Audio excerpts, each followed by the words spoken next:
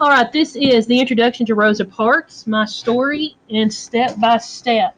So, this is an introduction to two separate things, my story and step by step. Let's move this down. In 1954, in the case of Brown versus the Board of Education, the U.S. Supreme Court ruled that the Constitution does not permit laws requiring that segregation of African Americans from whites. Before then, however, such laws were very common, especially in the South, where African Americans often had to use separate train cars and attend separate schools. This forced segregation of the race. This forced separation of the races, known as segregation.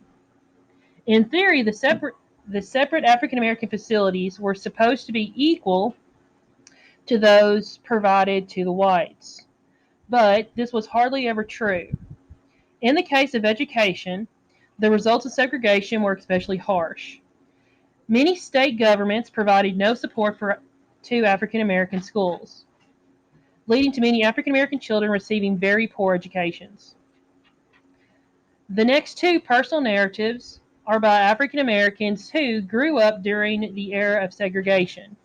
Rosa Parks' memoir, Rosa Parks: My Story, written by Jim Haskins, describes her childhood in rural Alabama, where African American children attended a rundown one room schoolhouse, while the whites in the area went to a very modern school that Alabama paid for.